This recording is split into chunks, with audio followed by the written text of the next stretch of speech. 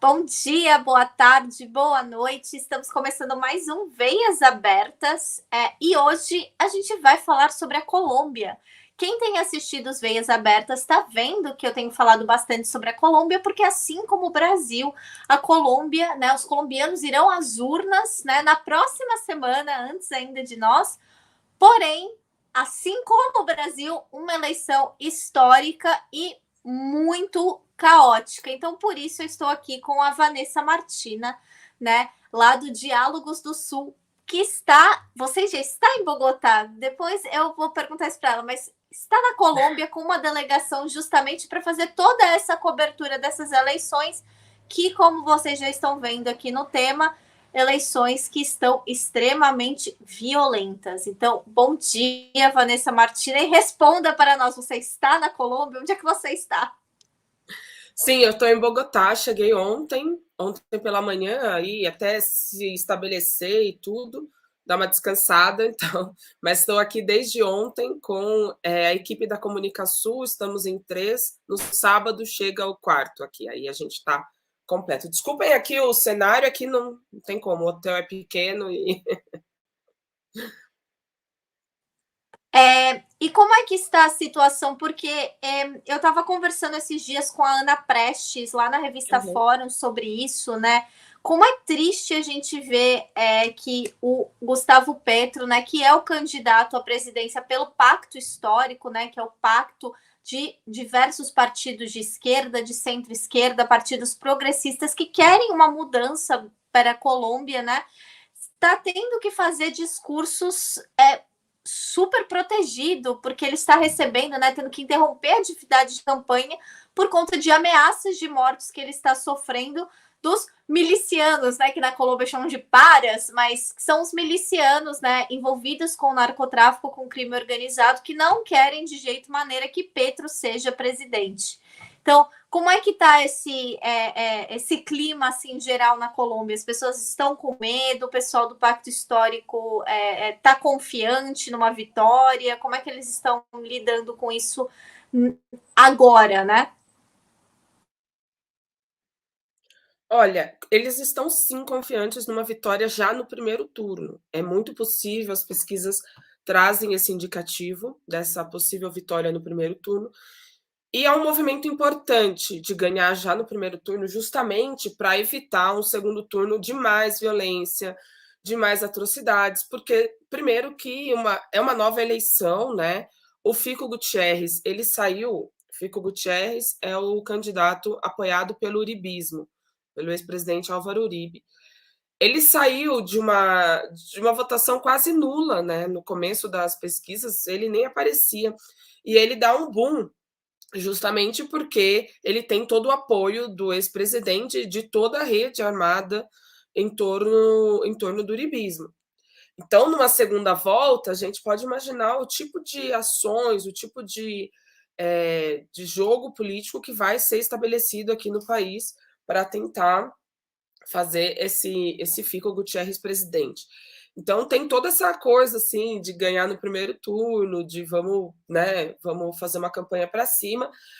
Agora, eu acho que o mundo inteiro ficou chocado, ou está ainda chocado, com as imagens do Gustavo Petro fazendo campanha em atos públicos assim, com escudos em volta dele.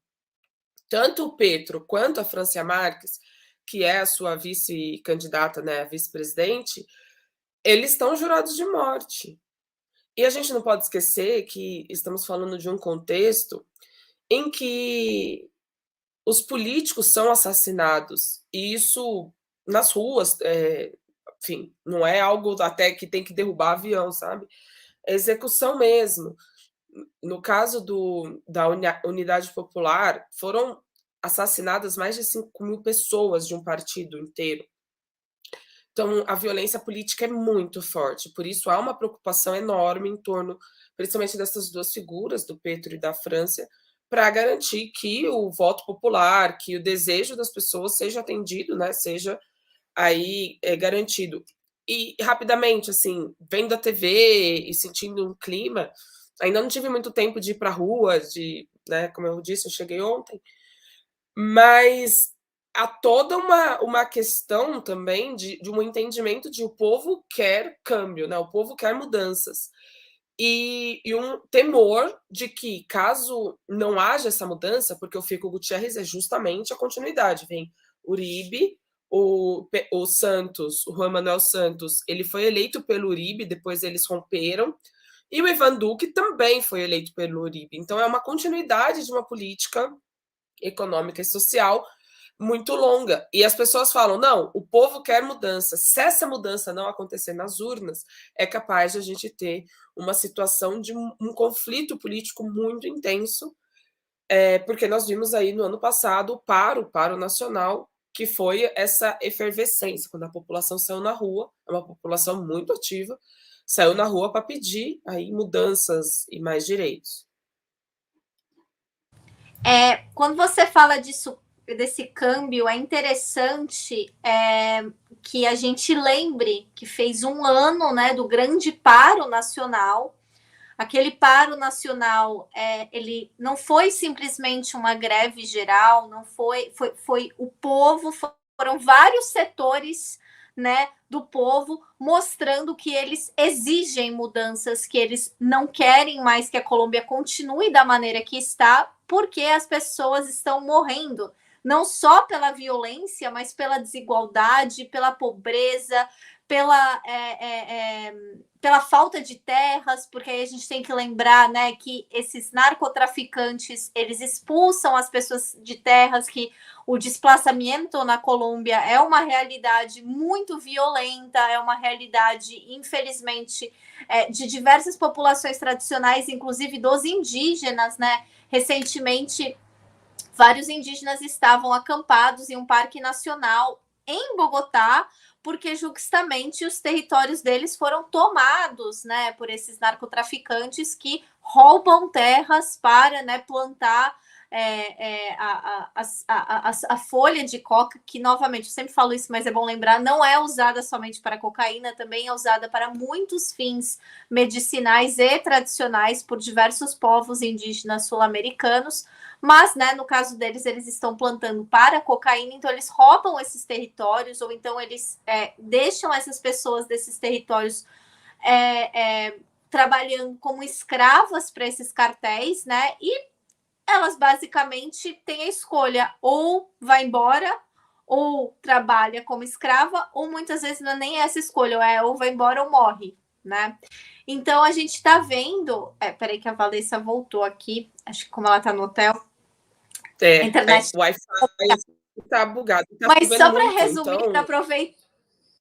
para aproveitar você aqui, eu queria só falar que esse momento, esse paro nacional, ele mostrou realmente, né, a força do povo em querer essa mudança.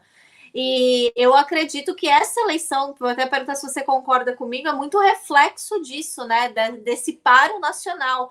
Você ter justamente a Francia Marques, né, que é uma mulher preta, uma mulher de origem de comunidades tradicionais, uma mulher que lida com militância ambiental. Lembrando que a Colômbia é o país que mais mata, né, militantes políticos, ativistas ambientais, sindicalistas do mundo, né? Como uma das grandes representantes da chapa, né, como a vice-presidente da chapa. Então, isso não é à toa, isso é uma representação justamente daquelas pessoas, daquelas mulheres, né, colombianas, afro-colombianas, que estavam lá nas marchas, que estavam lá nas ruas, né, enfrentando o Estado, pedindo essa mudança.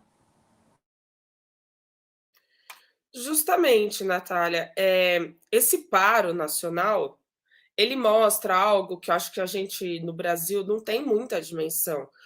Porque como a Colômbia nunca teve um governo de esquerda, dá um pouco a impressão de que é um povo, sei lá, que está alinhado à direita, que está contente com as políticas neoliberais que estão sendo colocadas, que a vida está boa, que está tudo bem. E não é nada disso, né? O que acontece, na verdade, é esse partido, essa força do Uribe é muito forte, e existe um terrorismo político aqui, porque como a Colômbia ainda tem guerrilhas em ação, as Farc fizeram um acordo de paz, esse acordo está sendo descumprido pelo governo do Ivan Duque. O ELN começou um acordo de paz, mas esse acordo não foi para frente. Então, o que o governo fala? O governo e o uribismo utiliza muito essa figura para dizer, vejam, imaginem os terroristas das Farc sendo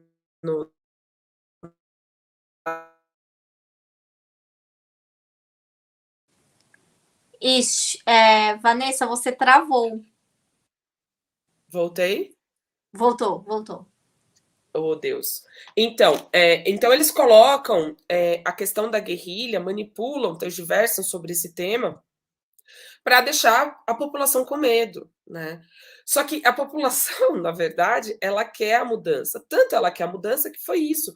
Nos anos 80, nos anos 80 foi feito um acordo de paz pelo presidente Bettencourt, e com esse acordo foi feita a Unidade Popular. Essa Unidade Popular era um partido que agregava, então, aos ex-combatentes, naquele momento das Farc, para que eles pudessem disputar as eleições e participar de uma via política, né, institucional. O que acontece? Ninguém esperava que a UP fosse ter a votação que teve. Eles, de cara, de saída, elegeram senadores, elegeram congressistas, depois elegeram vários prefeitos. Então, daí, a elite colombiana ficou assustadíssima e começou o massacre, que vai aí meados dos anos 80 até os anos 90, 96, se não me engano, o massacre da União Patriótica. Veja, então não quer dizer que o povo está contente com o liberalismo, com as ações que estão sendo tomadas por esses governos, esses últimos governos. Quer dizer que o povo não tem opção, não tem o direito de escolha, né? Então, agora, depois desse paro nacional que foi contra medidas descabidas no meio da pandemia do Duque, que queria aí aumentar os impostos, queria aumentar o preço dos transportes, da gasolina, etc., como a gente viu muito no Brasil. Então, no meio disso tudo, as pessoas empobrecidas, as pessoas sem emprego, elas saem nesse ato de revolta que responde justamente, como você dizia, é uma resposta naquele momento que vai culminar aí nessa candidatura Petro e Francia Marques. E a Francia Marques, ela é uma pessoa que não foi algo bom, vamos colocar na chapa, porque pode ser que ela atraia voto, uma figura negra, vai ficar bonito, né? Para a gente dizer que é progressista. Na verdade, ela veio com essa demanda, ela postulou a candidatura dela nas primárias e ficou em terceiro lugar, concorrendo com todos os candidatos. Então, como ela concorria também pelo pacto histórico, eles acharam que, de fato, ela tinha voto, ela tinha voz e ela era uma figura interessante para construir juntos. Então, ela não é uma vice decorativa, na verdade, né? Ou alguém que vai trazer votos. Não, ela está em campanha, o Petro vai para um lado, ela vai para o outro. Ela arrasta muita gente, multidões. E tem caso de pessoas que dizem: eu vou votar na França. Tipo, ok, a cabeça de chapa é o Petro, mas eu vou votar na Francia Marques. Porque tem muita esperança de que ela, sendo quem é, vindo de onde veio, né, uma mulher pobre, negra, ambientalista, e que ela, então, ela tenha mais esse desejo de mudança e compreenda muito merecido. É importante que quando a gente não está falando aqui, né, de identitarismo, a gente está falando justamente, tipo, dela representar uma parcela da população colombiana que nunca teve nenhum tipo de representação política. E é tão interessante que antes mesmo, né, do anúncio da chapa, muitas pessoas, inclusive figuras da mídia, né, colombiana, estavam falando, vão colocar uma mulher que era para ser a empregada do Palácio Presidencial no governo, olha o que eles querem fazer. Justamente, né, usando não só tipo do racismo, mas também da representação dela, de onde ela veio, da origem dela. A gente não pode esquecer que política institucional é extremamente elitista. E isso não é somente no Brasil, isso é, né, no mundo todo e principalmente na América Latina. Então, assim, ela não é uma pessoa que veio de nenhuma família, ela não veio da academia, ela não estudou fora. Não, ela é uma mulher que estava lá na militância diária, que estava lá justamente defendendo, né, populações tradicionais, do extrativismo, do narcotráfico, conversando com essas pessoas, lutando com essas pessoas, fugindo da morte com essas pessoas, porque ela mesma foi uma pessoa que já foi muito ameaçada, que já sobreviveu a muita coisa. E agora, né, ela justamente vai dar voz, né, com toda essa experiência que ela teve da própria vida, para uma camada da população colombiana que sofre diretamente de toda essa violência política, mas que não é muito olhada, não é muito. Não existem soluções práticas. Porque uma coisa que o povo colombiano sempre fala, principalmente as pessoas envolvidas em ativismo político, é que grande parte da violência, ou alguns deles falam toda a violência que nós sofremos aqui, vem de alguma maneira originária do Estado. Porque a gente não pode esquecer que esses narcotraficantes que estão ameaçando o Petro e a Marques são pessoas que apoiam o uribismo, que ganharam muito dinheiro, né, durante o uribismo e que querem continuar, né, vivendo em um estado, né, onde o Estado olha para o outro lado, para todos os crimes que eles estão cometendo, para todas as massacres que eles estão cometendo, para para tudo que eles estão fazendo, né, para o negócio deles continuar a andar. Então, a gente tem todo esse pacote, né, de mudanças, mas mudanças que o setor mais perigoso da sociedade não quer que aconteçam. Então, Camila, desculpa, Vanessa, nossa, gente, eu tô aqui, eu tava até falando para Vanessa, essa coisa com Elon Musk no Brasil tá me deixando assim tão nervosa, mas tão nervosa, porque aí a gente volta, né, aquilo que eu sempre também falo aqui, né, lembrando do golpe da Bolívia, etc. A América do Sul está sofrendo novamente, como diz Evo Morales, Rafael Correia, um novo período de Operação Condor. Então, quando a gente tem esses momentos políticos tensos de mudanças de espectro, né, quando na Bolívia, né, com o golpe que tirou um governo popular indígena de esquerda para colocar uma pessoa, uma ditadora, vassala, supremacista branca, né, no poder, a gente viu o que aconteceu. E agora na Colômbia, né, Vanessa, a gente está vendo a mesma coisa, porque o Petro é uma pessoa que a França, inclusive, deu uma entrevista na CNN hispânica, que passa nos Estados Unidos, falando que não vai aceitar nenhum tipo de interferência dos Estados Unidos, que eles vão ter que refazer ou vão ter que remodelar essa parceria histórica que os Estados Unidos têm com a Colômbia. E eu queria até te perguntar isso, como você vê essa parceria, né, dos Estados Unidos na Colômbia nessa eleição e especialmente, né, a relação deles com o Gustavo Petro. Muito bem, são vários temas aí, né? Bom, a primeira coisa que eu acho importante destacar, que você colocou, é a violência racista que a Francia Marques sofre, porque não é qualquer coisa. Ela é uma mulher pobre, ela recebeu o bônus pela Covid, né? Porque ela ficou desempregada. E aí o que acontece? Até isso foram questionar, né? Foram dizer que ela estava sendo corrupta porque recebeu esse dinheiro. Quando, na verdade, ela simplesmente estava enquadrada nas regras ali para que aquele dinheiro fosse dado a ela. Então, é um direito, e os direitos têm que ser reivindicados. Se ela tinha o direito àquilo, naturalmente ela deveria ter pego, que foi o que ela fez. Ela pegou esse dinheiro e usufruiu dele. Ah, mas você tem casa. Ok, ela tem casa, mas ficou desempregada, né? Tem 3 filhos e precisava, então, tocar a vida no meio da pandemia. Como alguém comentou aqui, ela ganhou um prêmio por uma questão, pela luta ambiental que ela travou aqui no norte da Colômbia contra mineradoras, que também é uma pauta, né? Essa questão das mineradoras, aqui a Colômbia é o primeiro país em produção de esmeraldas.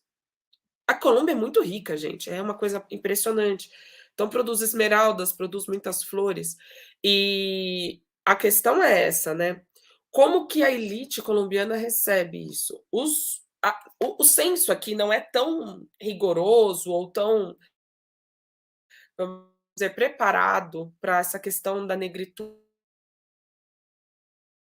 Em torno de 12 a 15% da população colombiana é negra. Então, ela representa uma parcela muito importante dessa população. E quando pessoas. E não foi só assim, uma pessoa da elite qualquer, não. Pessoas foram à televisão, artistas dizerem esse tipo de coisa. Nossa, até a minha governanta é mais bem apessoada do que a Francia Marx. E comparação com o macaco, essas coisas assim bem baixas que a gente vê. Então, ela enfrenta desde esse tipo de coisa, passando pelo questionamento do nível social que ela tem. E ela se formou em Direito numa universidade, agora não vou lembrar qual, mas ela se formou em Direito numa condição em que ela tinha que escolher entre tomar café da manhã e pegar o busão, sabe? Então, é uma realidade assim que a gente entende bem no Brasil, né? As pessoas que vivem nas periferias, a gente entende muito bem o que é que ela está dizendo. Hoje eu não vou tomar um lanche na faculdade porque eu preciso pegar o busão de volta. Isso num contexto em que ela já tinha filhos, né? Então é uma situação muito emblemática a da Francia Marx. Você mencionou também o tema dos crimes. Esse é o ponto mais grave de tudo que a gente está falando. Voltando ao tema, né, de os dois estarem no palanque com escudos e com a segurança com escudos aqui, isso eu nunca vi. Não sei se em outro contexto, mas nem na Venezuela do Chávez, com o Chávez, que eu estive lá no CR da campanha do Chávez, ele estava com câncer, né? Tinha acabado de se curar, supostamente, e ele estava numa multidão. Depois ele entra no meio do povo e sai em carro aberto. E eu desesperada, pensando: meu Deus, se alguém mata esse homem, que loucura, o cara sair no carro aberto assim. Mas tinha segurança, óbvio. Agora, ele não tinha escudo em volta dele, não tinha esse nível que é uma violência até simbólica. Você vê aquilo e fala: caraca. Então, o que o INDEPAZ, que é o instituto aqui colombiano que mede essa violência, que é totalmente fora do governo, né? Totalmente independente, eles dizem que neste ano de 2022 apenas nós já tivemos 36 massacres. Não falando de massacres, de você chegar num determinado território e matar 2, 3, 5, 15 pessoas. Foram 133 vítimas. E dessas vítimas, boa parte são ex-combatentes das Farc que entregaram as armas e que estão tentando, né, que a justiça, que o procedimento que foi aberto em Havana com o governo de Juan Manuel Santos seja cumprido, e não está sendo cumprido, né? E ao contrário, estão sendo assassinados. E por fim, sobre o tema dos Estados Unidos, eu acho que a gente precisa se debruçar um pouco mais sobre esse tema, porque não é fácil, não é simples. Eu só queria fazer um parênteses, porque você falou nunca vi isso. A única vez que eu vi algo similar foi quando os Panteras Negras estavam discursando nos Estados Unidos, principalmente Angela Davis, né, a época, né, bem assim das atividades paramilitares dos Panteras Negras, em que eles tinham que discursar atrás de vidros blindados por conta justamente dos movimentos supremacistas brancos e do Estado, né, querendo matá-los a todo tempo. Mas foi a única vez na história que eu vi uma coisa desse tipo acontecer. E isso também é muito preocupante, porque a gente está vendo que no Brasil, recentemente, o presidente Lula estava saindo de um evento, de uma reunião em Campinas, e o carro dele só não foi atacado porque os seguranças dele, que estavam também fortemente armados, tiveram que agir. Então, a gente não pode brincar com esse movimento político do Brasil, e a gente tem muitas lições para aprender da Colômbia. Perdão, era só isso que eu queria falar, Vanessa. Não, seguramente, muito interessante isso, essa lembrança dos Panteras Negras. Isso evidencia, né? Os Panteras Negras também foram alvo de uma violência do Estado. Isso que é importante, você tinha remarcado isso no começo, e é importante destacar, porque quando a gente fala, você comentou também isso, que aqui a gente chama de paras, os paramilitares, e no Brasil são as milícias. O que aconteceu foi uma tradução totalmente errada que fizeram no Brasil, não vamos entrar no mérito do porquê foi feito, mas a milícia no Brasil significa exatamente paramilitar na Colômbia ou em outros países, né? O paramilitar é a força do Estado, então por isso paramilitar é uma força do Estado utilizada em outro contexto, num contexto geralmente vinculado ao narcotráfico, geralmente vinculado, como no Rio de Janeiro, aí, a esquemas, sei lá, do gás, gatunete, etc., e também, principalmente, das drogas, que é onde eles reforçam o seu poderio. Então, eles chegam em comunidades, tiram os narcotraficantes dessa comunidade e passam aí a controlar o comércio e a venda de drogas, com o apoio do Estado. Então, na Colômbia, a gente tem a violência na Colômbia é muito grande, a gente tem 3 forças atuantes. Agora diminuiu, porque a guerrilha, as Farc eram a maior, entregaram as armas, né, boa parte, uma parte muito pequena voltou para a selva, mas a gente tinha, então, a ação das guerrilhas, a ação do exército colombiano combatendo as guerrilhas, e a ação dos paramilitares com o apoio total do Estado, combatendo as guerrilhas e os narcotraficantes para tomar o controle do território e passar a assediar ali os camponeses. Fora isso, que isso já seria gravíssimo, brutal, terrível, o que vocês quiserem dizer sobre isso. Fora isso, nós temos o caso dos falsos positivos, que é aí, eu acho que onde a gente tem essa questão da violência do Estado mais agravada e onde a gente tem que prestar muita atenção para a situação do Brasil. Sempre é importante olhar esses países pensando no contexto brasileiro também, né? Claro que separando, mas pensando no contexto brasileiro. Por quê?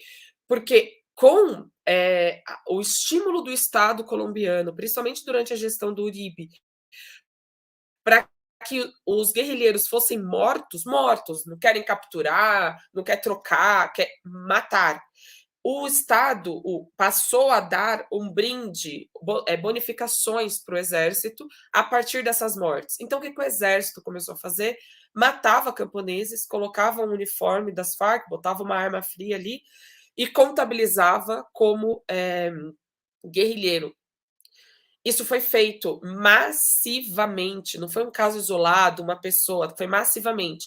E agora a Justiça, JEP, chama Justiça, não sei exatamente, para a Paz, esqueci o que é o E, mas a JEP, chama JEP, ela está fazendo aí toda essa questão de escutar as partes afetadas, e aqui repercutiu demais o depoimento de um coronel aí de várias estrelas e tal, dizendo justamente isso, confessando, falando, não, eu destrocei famílias, eu peguei pessoas inocentes, coloquei como se fossem guerrilheiros, e a família fica marcada, né? Porque aí então a família passa a ser uma família que tem vinculação com a guerrilha, quando não tem, enfim. Isso alguém comentou aqui, o Alair Padovani comenta, Rio é uma Colômbia. Está se tornando, né, Alair? Porque essa questão também dos falsos positivos a gente já está vendo no Rio, com esse incentivo para que as pessoas, para que o exército, para que a polícia mate os narcotraficantes. E é uma questão, uma política de extermínio, né? Ainda que as pessoas sejam narcotraficantes, traficantes ou o que quer que seja, ela precisa passar por um julgamento, ser julgada. No Brasil não tem pena de morte, então ela precisa ir para um presídio, enfim, tentar uma recuperação dessa pessoa. Mas o que a gente vê é extermínio. E a mídia, tanto lá quanto aqui, acha lindo dizer morreu um narcotraficante, morreu o principal, o braço direito do traficante X, Y. Todo mundo acha isso ótimo, como se isso tivesse limpando de fato a comunidade. E o que está acontecendo é simplesmente você incrementar em níveis absurdos a violência de todos os lados, né? É interessante que isso também me lembrou, Vanessa. Eu estava aqui alguns meses atrás, eu recebi um militante maia da Guatemala, o Arnulfo Oxlade, e ele falou que o exército da Guatemala fazia isso com os indígenas, acusava eles, na época da ditadura, de fazerem parte, né, das guerrilhas comunistas, e matavam vilarejos inteiros, e esses exércitos cortavam as cabeças das vítimas e mostravam para o governo, e o governo dava gratificação para essas pessoas. Então, basicamente, isso não é novidade na América Latina, por mais doloroso e horrível que pareça, isso é mais comum do que a gente pensa. E essa questão dos falsos positivos e dessa violência política fez com que, inclusive, muitos movimentos, o Exército de Liberação Nacional, né, o ELN, que ainda está nativa, que ainda está na floresta, que ainda está fazendo, né, atividades de guerrilha, questione, né, esses companheiros das Farc que largaram as armas, porque eles falam, vocês largaram as armas, vocês agora estão desarmados com eles te matando, vocês colocaram um alvo na cabeça de vocês. E isso, infelizmente, eles estão certos, porque foi o que aconteceu. Então, você teve muitos companheiros, muitas pessoas que largaram as armas, que assinaram o acordo de paz e que tiveram e que só sobreviveram porque saíram da Colômbia, ou porque criaram toda uma nova identidade fora da política para tentar fugir disso, porque é muito perigoso, é muito violento, e todos aqueles que estão denunciando, né, e que estão investigando, né, a questão dos falsos positivos, vivem também fortemente escoltados, porque a vida deles está em risco o tempo todo. É muito similar no Brasil isso, justamente com aqueles promotores e juízes que lidam com os casos das milícias, principalmente no Rio de Janeiro. Quem lida com crime organizado vive uma vida igual justamente essas pessoas da Colômbia. Então, a gente tem que olhar para a Colômbia como o que a gente pode se tornar. Porque quando você conversa com o pessoal que está na militância, quando você conversa com jornalistas políticos, como eu, como a Vanessa da Colômbia, eles vivem dentro justamente envolvidos num ambiente de terrorismo, porque eles são aterrorizados o tempo todo. E outra coisa que eu queria falar aqui, que eu lembrei, eu entrevistei uma militante feminista colombiana, e ela estava falando de outra questão, né, da importância também da Francia Marques e, né, do paro nacional, é que durante a pandemia quase 1/3 da população colombiana estava vivendo em situação de insegurança alimentar. E dentro desse 1/3, 2/3 eram mulheres. Então, a gente tem uma situação, né, na América Latina socioeconômica que afeta mulheres muitas vezes muito mais do que homens, principalmente nessa questão de pobreza e segurança alimentar, enfim. E na Colômbia isso foi muito muito visível durante o paro nacional. Tanto é que muitas das pessoas que a gente via, né, nas linhas de frente, uma das linhas de frente que me emocionou muito, que eram as mães da linha de frente, que eram justamente mulheres que estavam lá protegendo, ou achando que estariam protegendo, porque o exército, a polícia colombiana, assim como o exército e a polícia de quase todos os países, não mostra muito critério e humanidade na hora de sair batendo em manifestantes, né? Elas se colocavam na frente de todos aqueles manifestantes para que eles, né, não sofressem da violência policial diretamente. Então, só queria, né, salientar isso aqui novamente, da importância de ter a Francia Marques nessa chapa.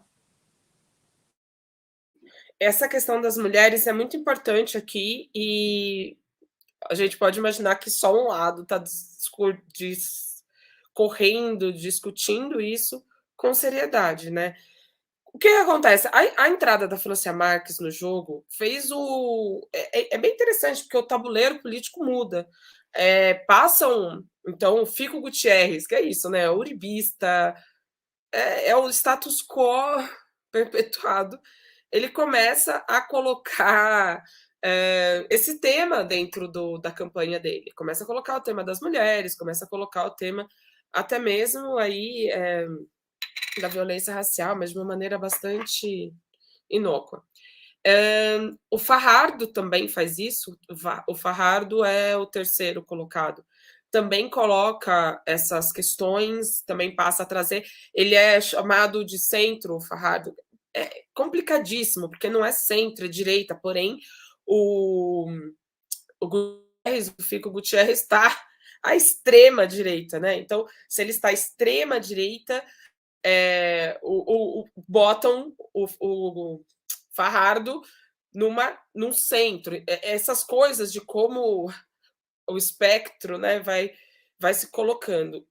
Uma coisa também que eu quero só dizer aqui rapidamente é que a mídia vem dizendo aí no Brasil que o Petro é de extrema esquerda.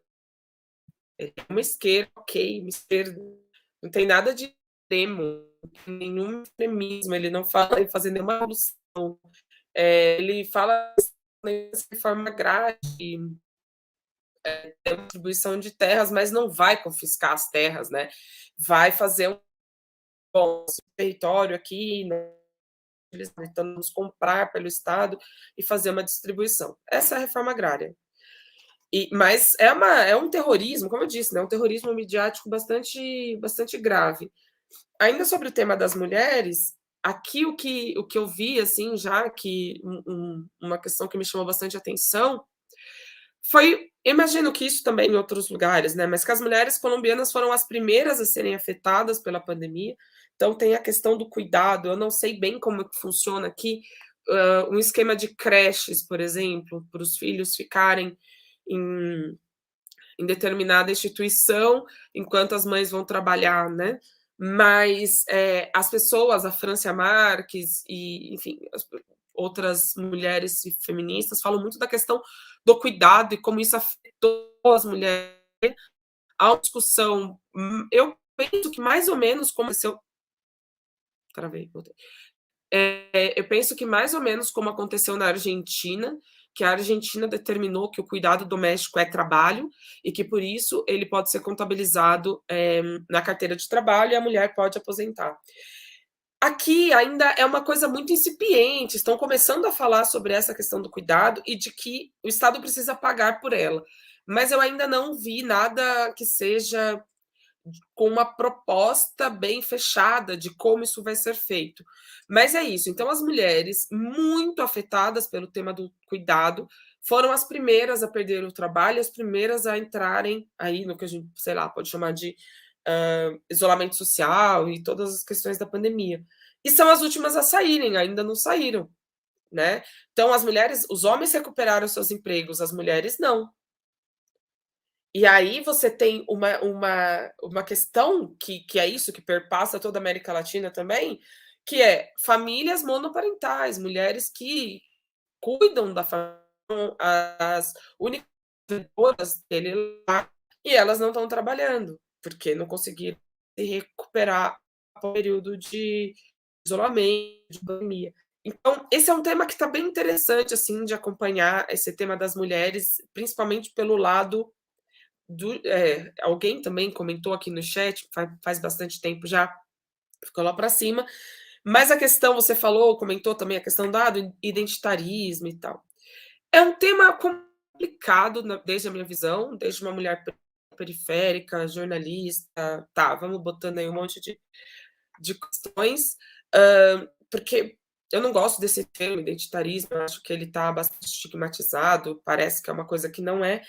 Mas o que é importante dizer, nesse caso que a gente está tratando da Francia Marques, é que não é uma questão de raça apenas. Ela não está reivindicando o lugar de, eu sou uma mulher negra e tal. Então, ela está se reivindicando num lugar de mulher racializada e pobre. Então, existe nitidamente a discussão de classe. A discussão de classe, ela é feita o tempo todo. E isso e aí tá o feminismo, né? Porque ela se coloca como uma mulher feminista, então ela é uma mulher feminista, negra, pobre. Coloca isso, uma feminina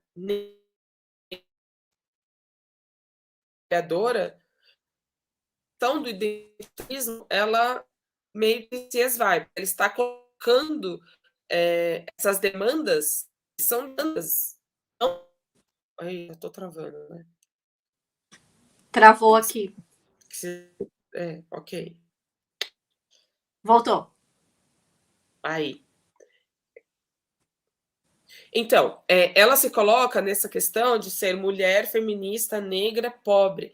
Quando ela demarca dessa forma, a interseccionalidade, justamente, a luta passa por aí. Ela precisa de consciência de classe para não ser aquela feminista, muitas vezes, no Brasil, inclusive, que falam que são feministas, etc., etc., mas mantêm suas empregadas no sistema de trabalho bastante questionável, para ser bem sutil. Então, essa importância, né, disso, e também quando ela coloca a questão racial, também para não ser aí como é que é o nome daquele rapaz? Um Holiday, né? Que, ai, nossa, eu sou negro e sou contra as cotas. Não, ela é a favor, porque é isso, ela viveu isso na pele, ela sabe o que as outras mulheres negras com filhos, e também homens negros da periferia e tal, sofrem. Então, eu acho que é isso, ela por si traz toda uma inovação política que a gente precisa acompanhar. Mas esse tema das mulheres também é bem legal aqui, está sendo um debate bacana. Vanessa, a gente estava falando dos Estados Unidos, eu tinha colocado um comentário aqui antes falando, né, das Farc, porque eu lembrei que recentemente, não tem nenhum ano, os Estados Unidos finalmente retirou, né, da lista de grupos terroristas proscritos pelo país as Farc, o que para muitos colombianos foi uma decisão importante, mas para muitos foi uma piada, principalmente de mau gosto com tudo que está acontecendo, né, dos massacres e da perseguição, porque os que eu garanto para vocês, aqueles que não morreram ainda, eles vivem diariamente pensando que hoje pode ser meu último dia, porque eu já conversei com um deles, eu inclusive queria trazê-lo aqui. Ele não grava entrevistas por razões óbvias, né? E ele estava falando que todo dia ele acorda e pensa se vai ser o último dia que ele acordou. Então, assim, para muitos foi uma ação de mau gosto dos Estados Unidos fazer isso nesse momento.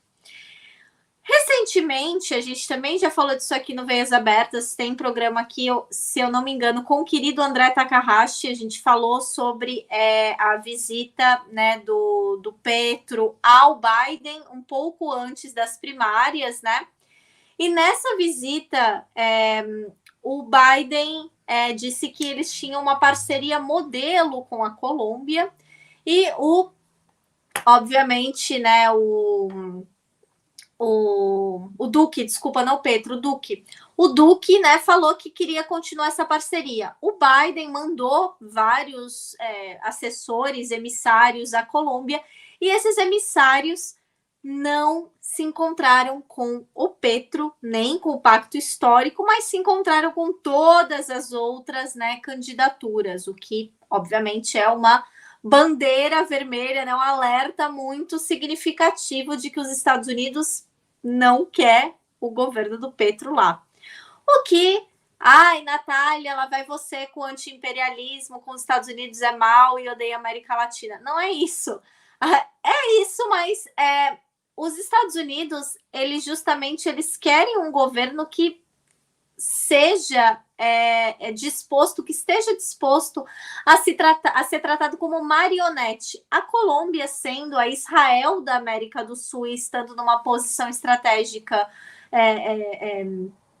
geograficamente e politicamente muito importante, né? Porque está no topo da América do Sul, na entrada, né, do Mar do Caribe, mas também está na América do Sul e vizinha da Venezuela, né, o grande nêmesis dos Estados Unidos na América do Sul. tem feito, né, um papel lamentável de se deixar ser usada pelos interesses dos Estados Unidos a detrimento não só da América do Sul, não só dos venezuelanos, mas do seu próprio povo, né? Isso tem que ser falado. O povo colombiano não concorda com quase todas as ações, né? Se você falar com uma pessoa da classe trabalhadora, se você acha legal que os Estados Unidos tenham um monte de bases militares na Colômbia, não acho, né? Essa perseguição que os Estados Unidos promoveu, né? Toda essa indústria cultural que demoniza os colombianos até hoje, isso veio dos Estados Unidos, né? Que coloca todos os colombianos como traficantes, como pessoas perigosas, né? Estereotipou toda uma nacionalidade por conta da agenda política deles. E eu queria perguntar para você, Vanessa, como é que você vê esses movimentos do governo dos Estados Unidos, principalmente do Biden, né? Que teoricamente não é de extrema direita, mas se recusando a se encontrar justamente com o candidato favorito, né? Porque desde o começo, desde antes das primárias, o Petro tem sido colocado como favorito às eleições. E os Estados Unidos se encontram com todo mundo menos com ele. Por que não com ele? Bom, é difícil essa questão. Eu acho que para o bem do Petro também é bom ele não se encontrar com o Biden agora, porque ele traz essa agenda, que é uma agenda, justamente, como você falou, contra os interesses dos Estados Unidos. Aí cairia, né, o argumento, uma campanha como essa, em que você precisa fazer. Eu acho. Tem mil coisas para dizer sobre essa campanha do Petro, mas uma delas que eu acho muito relevante é que, ao contrário de todas as outras, Boric, Fernandes, a própria Lula, ele não se moderou. Ele radicalizou. Trazer a Francia Marques para a campanha dele foi uma radicalização da campanha. Ao fazer uma radicalização da campanha, em um momento em que a gente vive a radicalidade política, o povo quer mudança. E a mudança pressupõe uma ruptura na cabeça das pessoas. Então, isso aqui está ruim, eu quero mudar, eu quero revolucionar, eu quero acabar com isso aqui. As pessoas estão antes inteiro. O mundo inteiro é isso que a gente assiste. A democracia liberal em crise profunda, e as pessoas buscando uma ruptura. Quem traz o discurso antissistema nunca é a esquerda, é a direita, extrema direita. E a extrema direita está levando todo lugar, está levando de goleada, vai passando, vai passando. A esquerda tem que fazer um esforço hercúleo para não deixar passar, como foi o caso da França, né? Aquela coisa de você ter que engolir um Macron para não deixar Le Pen ganhar. Na Colômbia estava acontecendo justo o contrário. O Petro é isso. Eu ouvi uma dirigente, ela já foi ministra, eu não vou lembrar o nome dela, ela já foi ministra em vários governos, de vários temas, e ela dizia, e ela é do Partido Liberal, e o Partido Liberal fechou apoio ao Gutierrez, ao Fico Gutierrez, mas não ele inteiro, ele está rachado. Tem uma parte que vai apoiar o Petro. E ela é dessa parte, né, que apoia o Petro. Ela diz assim que é muito importante a figura do Petro, que tal, que o povo quer mudança, blá, blá, blá, blá, blá, e que ela quer se somar à campanha do Petro, que ela quer ajudar justamente para moderá-lo. Ela usa esse termo, para trazê-lo para o centro, para trazer uma moderação, porque desse jeito ele não vai governar. E aí era um debate, tinha uma outra mulher também, e colocou o contrário, falou, não, ele não precisa se moderar. Então a gente tem essa disputa dentro do espectro político da esquerda entre a moderação e a radicalização. O Petro optou pela radicalização. Como eu disse, ele não é extremista por conta disso. Ele não vai, enfim, não tem nenhuma proposta de expropriar a fábrica, ou sei lá, qualquer coisa comunista. Não tem nada disso. Ele ama a social-democracia Só que ele não moderou o seu discurso para caber nas elites. Por isso, eu acho que o Biden cairia bem mal na campanha dele. Por outro lado, ele cai bem mal para o Biden, né? Você tinha comentado que a Francia Marques disse que não vai aceitar a parceria dos Estados Unidos com a Colômbia. É muito mais grave. Vai ser muito difícil. Eu não coloco muita expectativa nisso. Tem gente falando, porque eles vão chegar e vão tirar as mais de 11, acho que são 11 oficiais, mas suboficiais, pequenas instalações, com soldados americanos, são mais de 50, certo? E você acha que vão tirar? Um governo vai conseguir, um governo de 4 anos vai fazer isso? É muito difícil, porque ele precisa enfrentar temas econômicos gravíssimos, ele precisa enfrentar uma situação da paz, primeiramente. Eu acho que não tem outro tema mais urgente do que esse tema da paz, de fazer uma pactuação, a pactuação que foi feita, alguém também comentou isso aqui no chat, a pactuação do Juan Manuel Santos, ela já era ruim para as Farc. Ela era ruim, mas tinha ali um caminho, porque então a gente vai colocar alguns. O Congresso colombiano também é muito interessante, porque tem cotas. Eu achei o máximo. Tem várias cotas para vários grupos aqui no Congresso. E aí tem as cotas das Farc, que são os curules. E aí as Farc, então, tinham uma quantidade de cadeiras, e aí falaram: não, vamos pela via institucional também, que pode dar certo, etc. Só que não dá, né? Porque você está desarmado, está sendo assassinado, e eles vão fazendo toda essa pressão em volta. Sem contar o tema do exército, então também já teve aí o Ministério da Defesa, o comandante lá do Ministério da Defesa, o Zapatero, vindo dizer que uma eleição do Petro seria um risco, etc. E questionar essa liderança que ele possa ter em cima do exército. Esse é um tema, isso está sendo discutido na televisão. Ontem eu estava acompanhando um debate sobre isso, sobre se as Forças Armadas vão aceitar ou não um governo Petro, entende? E aí, diante de tudo isso, o cara se meter no vespeiro de tirar as bases militares dos Estados Unidos é muito difícil, é muita coisa que ele tem que fazer. Eu acho um pouco improvável nesse momento. Pode ser que no segundo momento, ele tendo mais apoio, ele estando forte, mas não é uma coisa fácil. Sem contar que a Colômbia tem a maior embaixada dos Estados Unidos do mundo. É um negócio absurdo. Você vai passando de carro e o motorista vai apontando: ali é a embaixada. Vai até lá atrás. Não, aqui ainda é a embaixada. Aí você fala: caracas. Então, vocês imaginam o tanto de informação que circula aqui em um lugar estratégico, né? A Colômbia está num lugar muito estratégico, porque está do lado da Venezuela, tem fronteira com o Panamá, com o Vanessa, Equador, com o só Brasil. rapidinho para falar dessa questão da embaixada, é que a gente tem que lembrar que a embaixada dos Estados Unidos da Venezuela também fica na Colômbia. Porque ela não está mais na Venezuela. Sim, a Venezuela não tem uma embaixada dos Estados Unidos na Venezuela, mas ela fica sediada na Colômbia. Só para, né, só para ilustrar a relação. Sob o comando do Guaidó, seguramente, porque não, isso é maluco, completamente. Não, eu não sabia, vou até me informar sobre isso. A questão da Venezuela que é muito mal resolvida, né?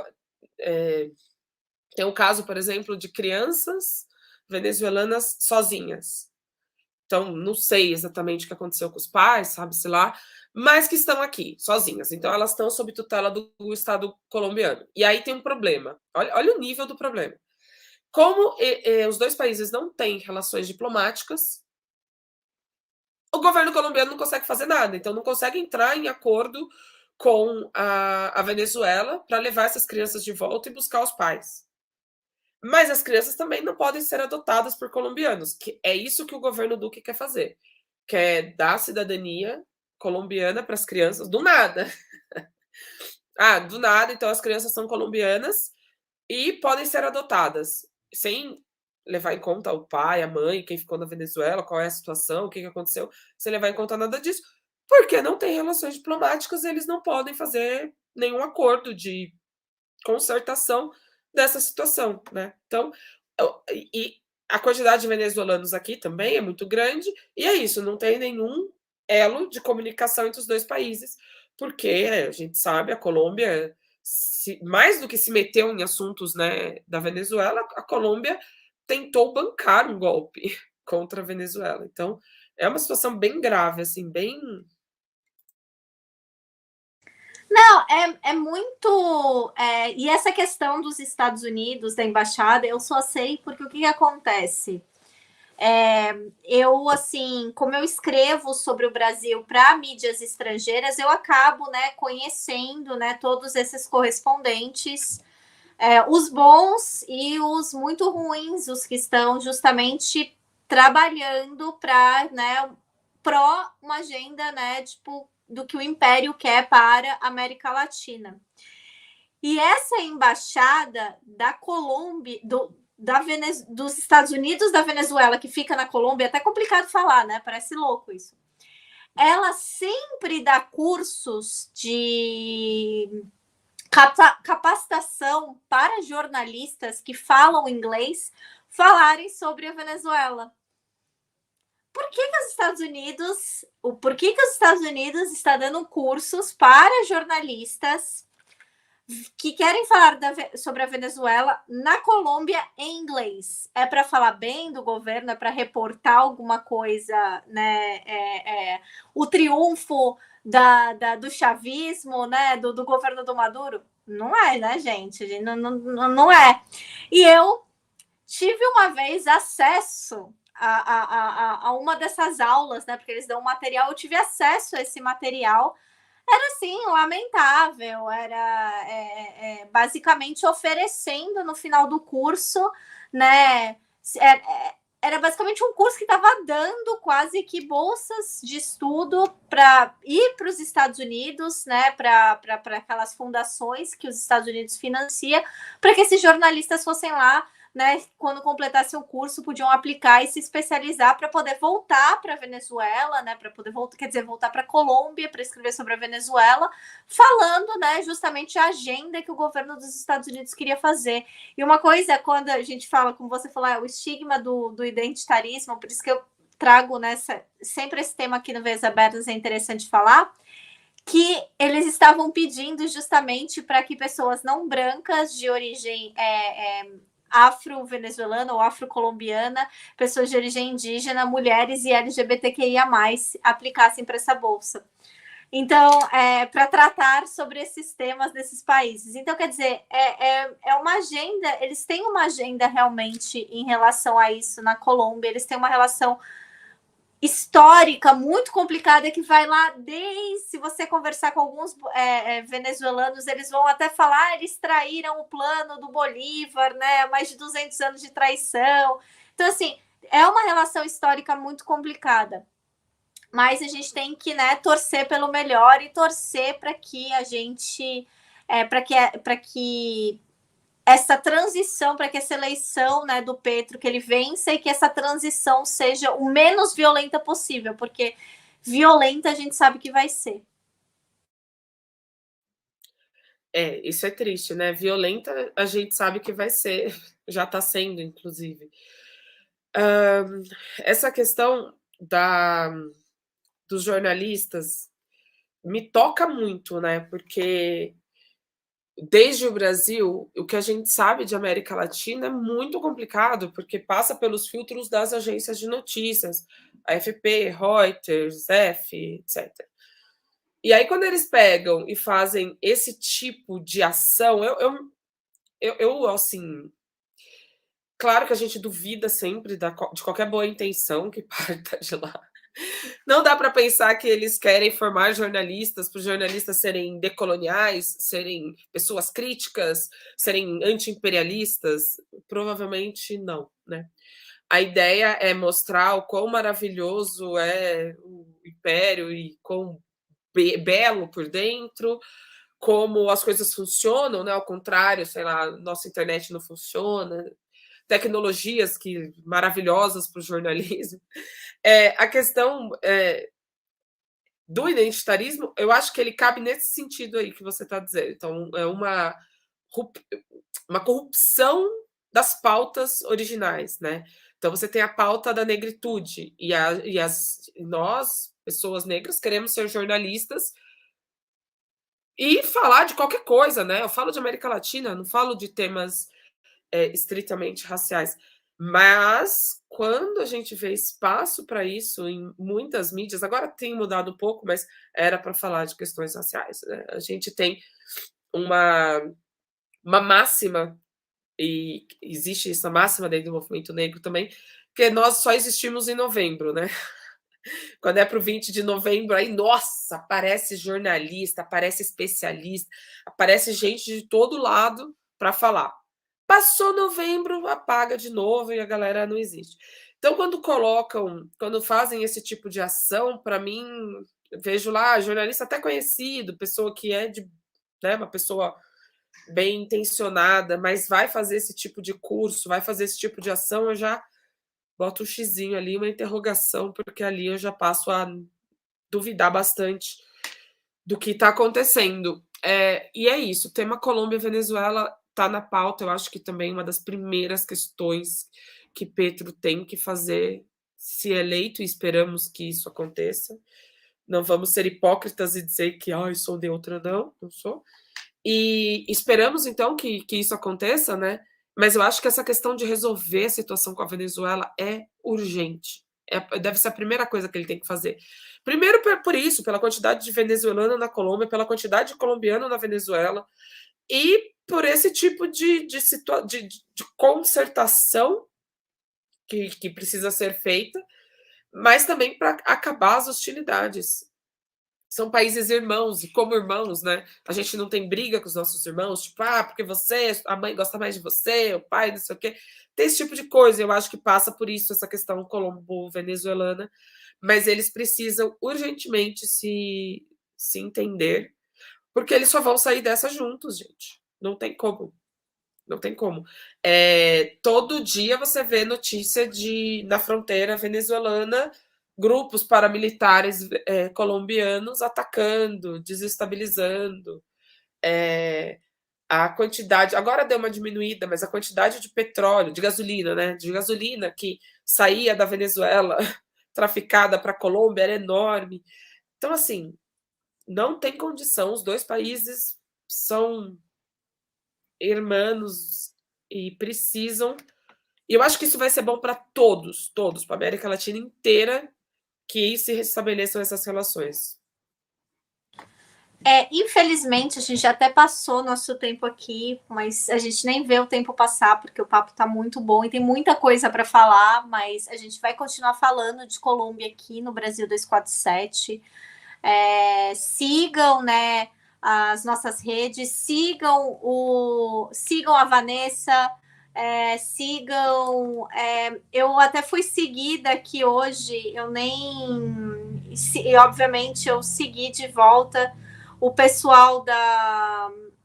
Você podia até explicar um pouquinho aqui para gente, Vanessa, o que é a Comunicação? A comunicação, a Comunicasul, né? O que vocês fazem, como é que funciona? Perfeito. Gente, nossas redes, Comunicasul Colaborativa, então, por favor, sigam.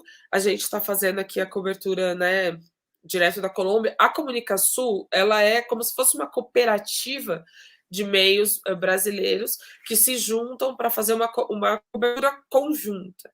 Então, ela nasce em 2012 na Venezuela pela falta de informações que a gente tinha naquele momento, e era tudo absolutamente enviesado, né? Era a terceira, acho, eleição do Chávez, e tudo enviesado, uma coisa horrorosa, não chegava informação brasileira, né? Pelo viés, assim, pelo ponto de vista brasileiro. Então, foi feita pelo Barão de Itararé essa coordenação com vários meios alternativos para um conjunto de jornalistas irem à Venezuela e, a partir daí, distribuir o material para todas as mídias possíveis, todo mundo, com um caráter de agência mesmo, né?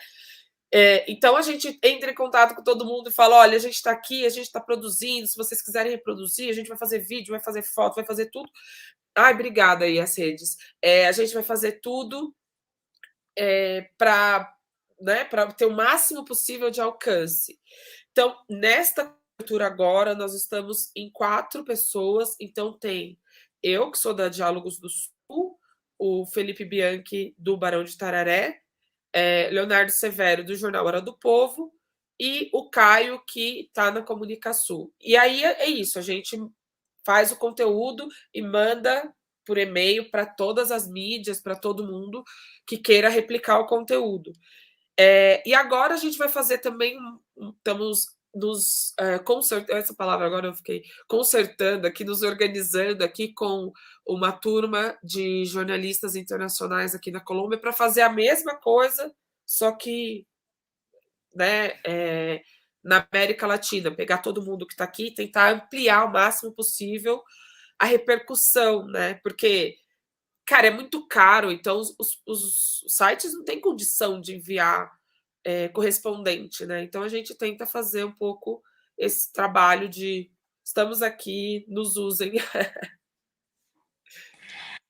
Muito obrigada, foi ótimo ter você aqui. Volte sempre, uma boa cobertura aí para vocês. E por favor, né, se cuidem, fiquem em segurança e mandem notícias aqui para nós, que com certeza todo mundo quer saber o que está rolando. Então, queria desejar a todos um bom fim de semana e, né, vamos nos cuidar e vamos, né, observar aqui a programação, porque com certeza eu vou falar de novo dele, porque eu estou muito nervosa com esse encontro.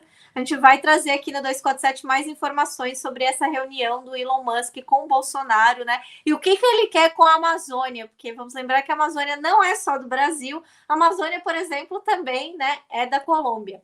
Então, um bom fim de semana, uma boa sexta e até mais, gente. Tchau, tchau. Obrigada, gente. Tchau, tchau. Até mais.